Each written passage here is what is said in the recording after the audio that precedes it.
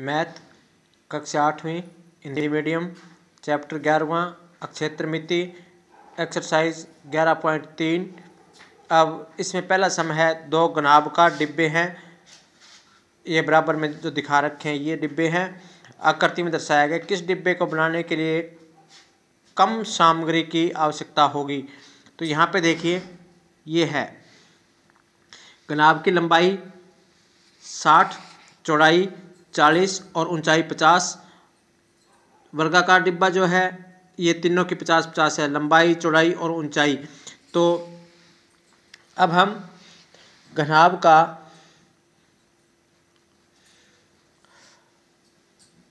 आयतन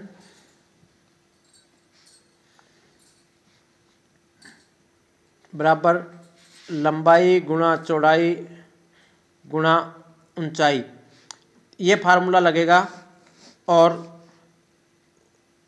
उसमें लगेगा तीनों की अलग अलग गुणा करके जिसका आयतन अधिक होगा वो नहीं लिखेंगे, जो कम आयतन वाला होगा वही है हम इसमें लिखेंगे।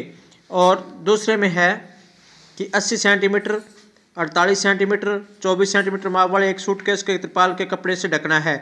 तो इसका हम घनाभ का आयतन निकाल लेंगे। ऐसे 100 सूटकेसों को ढकने के लिए 96 सेंटीमीटर चौड़ाई वाले कितने मीटर त्रिपाल की आवश्यकता होगी। तो 96 सेंटीमीटर है और ये माप भी सेंटीमीटर है, तो 96 से इसको भाग कर देंगे हम, तो वही एक त्रिपाल का कपड़ा आ जाएगा आपके पास। तो 100 त्रिपालों से उसको गुणा कर देंगे। एक ऐसे घन की भुजा ज्ञात कीजिए जिसका पृष्ठीय क्षेत्रफल 600 सेंटीमीटर स्क्वायर है।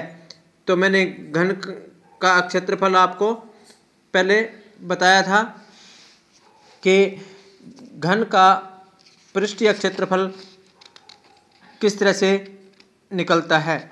तो घन का पृष्ठीय क्षेत्रफल निकालने के लिए घन का फार्मूला है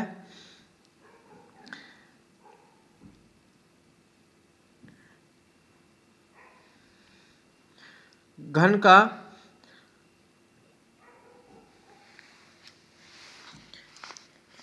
का कुल पृष्ठीय क्षेत्रफल 6 गुणा L स्क्वायर।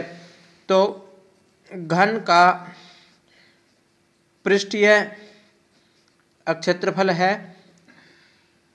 L स्क्वायर 6 गुणा में, यानी कि जो इसकी भुजा दी है घन की तो वो है। तो अब हम ये 600 दिया है, बराबर में इसके 600 लिख लेंगे और L स्क्वायर बराबर 600/6। तो यहाँ क्या आ गया 100। तो L स्क्वायर बराबर 100। तो हम इसका ये ख़त्म करने के लिए जब इस साइड में वर्गमूल लगा देंगे तो L बराबर क्या आ जाएगा 10 मीटर। तो इस तरह से आपने ये सारे सम करने हैं। जो ना आए वो मेरे को कल बता देना। Thank you. फल 6 गुणा L स्क्वायर। तो घन का पृष्ठीय क्षेत्रफल है L स्क्वायर 6 गुणा में, यानी कि जो इसकी भुजा दी है घन की तो वो है। तो अब हम ये 600 दिया है, बराबर में इसके 600 लिख लेंगे और L स्क्वायर बराबर 600/6।